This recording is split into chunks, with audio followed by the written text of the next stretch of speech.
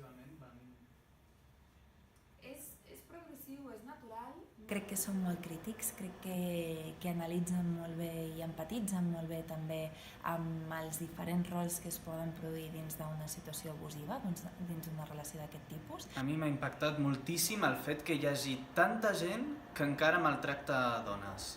I el que em sorprèn també és que l'entorn d'aquestes dones no hagi sigut capaç d'adonar-se del que passava. Com nosaltres, que som futurs docents, o sigui, la millor manera de fer-ho és aplicar-lo ja des de ben petits.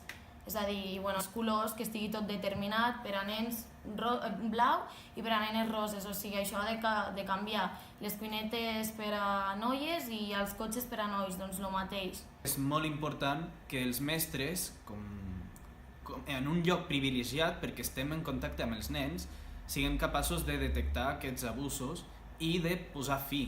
Però també hem de ser capaços de fomentar una igualtat entre homes i dones. El que es pot fer per canviar això, primerament, és deixar de banda totes aquestes creences antigues i obrir una mica més la ment i adonar-nos que l'home no té per què tenir més valor que la dona. O sigui, nosaltres el que volem és igualtat.